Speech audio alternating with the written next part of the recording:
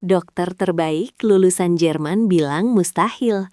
Tapi tunggu, sampai kalian lihat apa yang dilakukan wanita buangan ini di menit-menit terakhir. Di satu sisi, dunia medis modern yang angkuh dengan segala peralatan canggihnya menyerah. Di sisi lain, seorang wanita yang dihina, dibuang, dan dianggap kampungan justru memegang kunci kehidupan di tangannya. Apakah gelar mentereng bisa mengalahkan warisan leluhur? Mari kita saksikan kisah pembalasan paling elegan ini. Hari itu, palu hakim mengetuk bukan hanya sebagai tanda berakhirnya pernikahan, tapi sebagai awal dari penghinaan terbesar dalam hidup Laras. Reza, pria yang telah ia dukung dari nol hingga menjadi pengusaha sukses, kini memandangnya tak lebih dari noda kotor di kemeja mahalnya. Tanpa ragu, Reza menandatangani surat itu seolah sedang membuang sampah. Dan inilah alasan dibalik kekejaman itu. Dr. Erika, lulusan terbaik Universitas Kedokteran di Berlin, wanita karir yang mempesona dan simbol status baru bagi Reza. Bagi Reza, Laras hanyalah masa lalu yang bau jamu, sedangkan Erika adalah masa depan yang beraroma antiseptik mahal dan prestise internasional. Kata-kata Reza meluncur tajam, mengiris hati Laras lebih dalam dari pisau bedah manapun. Kau hanya wanita desa, Laras. Panganmu bau rempah-rempah, tidak pantas bersanding dengan CEO sepertiku.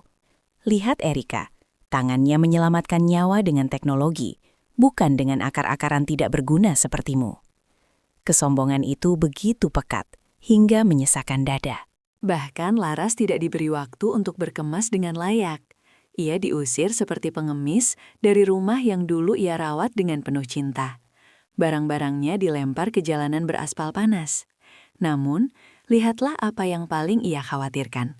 Bukan baju-bajunya, melainkan toples-toples berisi ramuan herbal peninggalan neneknya yang kini berserakan di tanah.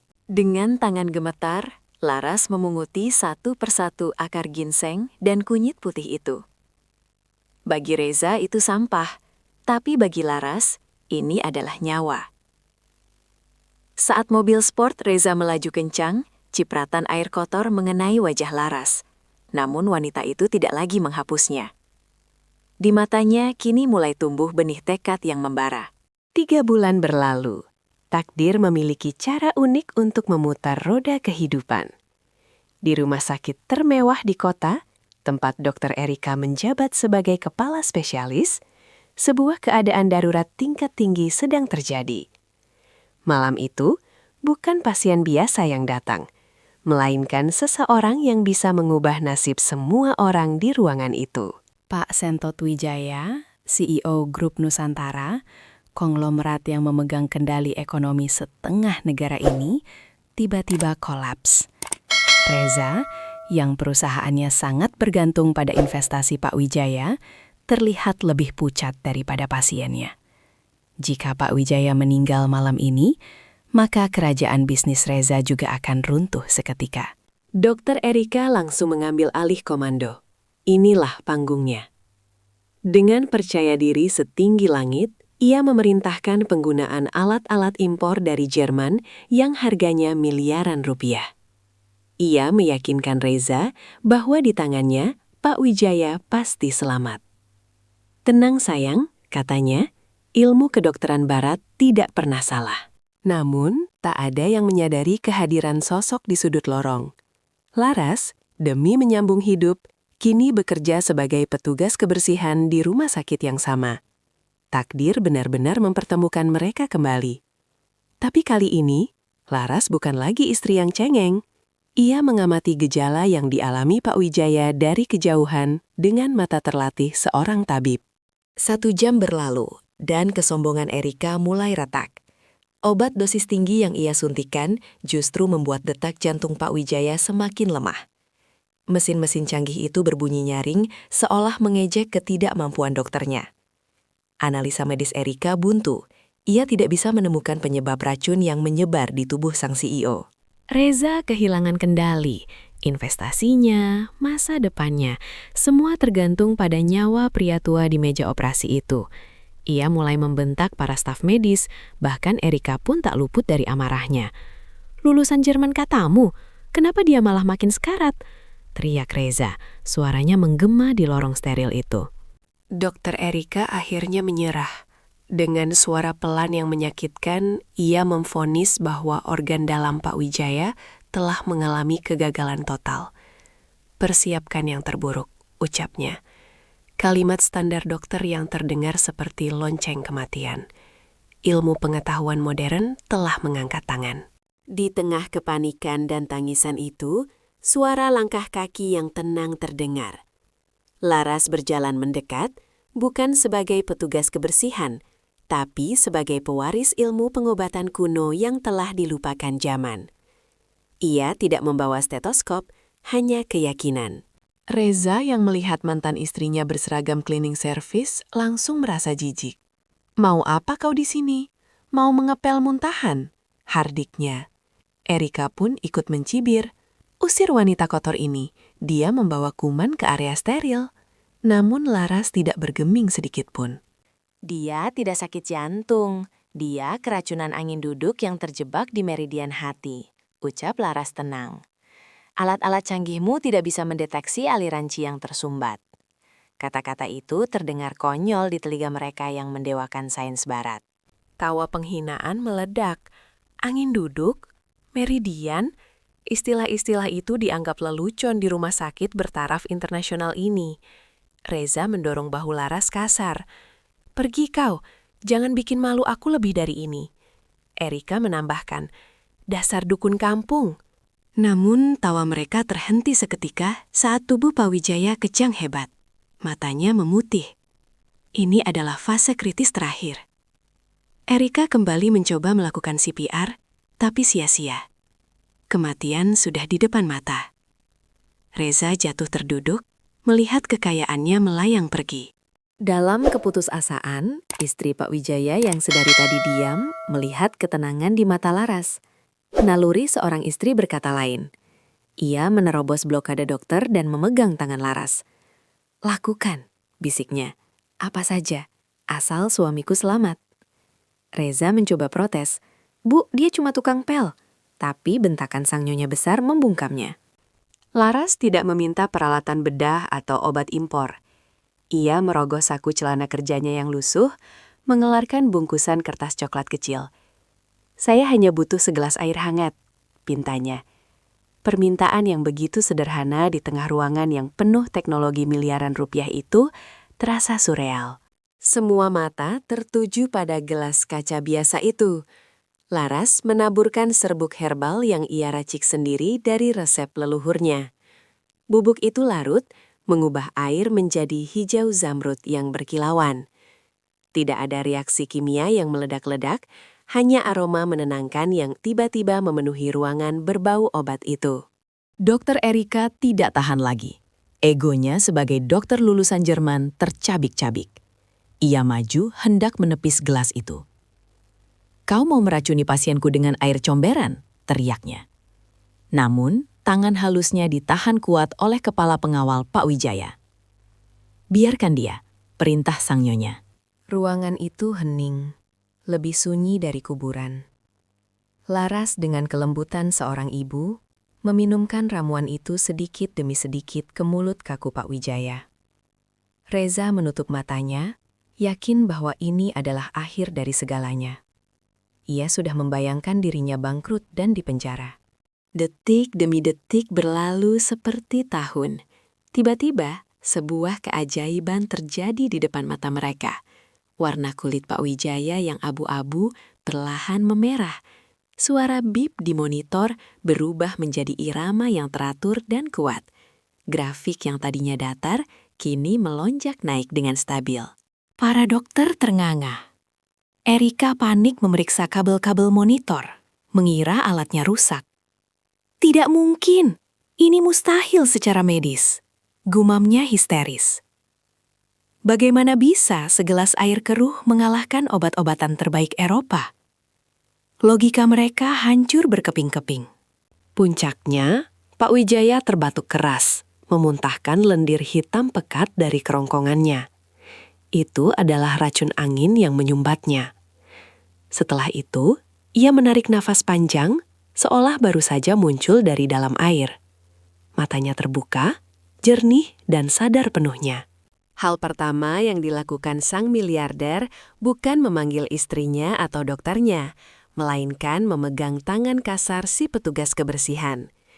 "Terima kasih, Nak Laras," ucapnya lemah. Ternyata, Pak Wijaya mengenal mendiang kakek Laras yang dulu pernah mengobatinya. Ia mengenali aroma herbal khas keluarga itu. Melihat angin berubah arah, Reza si bunglon licik langsung bereaksi. Ia berlari mendekat, mencoba merangkul bahu Laras yang masih berseragam kotor. "Hebat sekali istriku," serunya tanpa malu. "Saya tahu dia punya bakat terpendam, Pak. Makanya saya bawa dia ke sini." Namun kali ini, Laras tidak lagi diam. Dengan gerakan tegas, ia menepis tangan kotor mantan suaminya. Tatapannya dingin menusuk tulang. "Koreksi Tuan Reza, mantan istri. Dan Anda sendiri yang membuang saya karena lebih memilih dokter palsu ini," ucap Laras sambil melirik Erika. Erika meledak. Harga dirinya hancur di depan konglomerat. "Jangan dengarkan dia, Pak Wijaya. Itu hanya efek placebo, keberuntungan semata. Secara sains, ocehannya terhenti ketika Pak Wijaya mengangkat tangannya, memberi isyarat diam." Suara Pak Wijaya, meski parau, terdengar menggelegar penuh wibawa. "Sains itu untuk menyelamatkan manusia, bukan untuk menyombongkan diri," hardiknya pada Erika. Lalu matanya beralih ke Reza.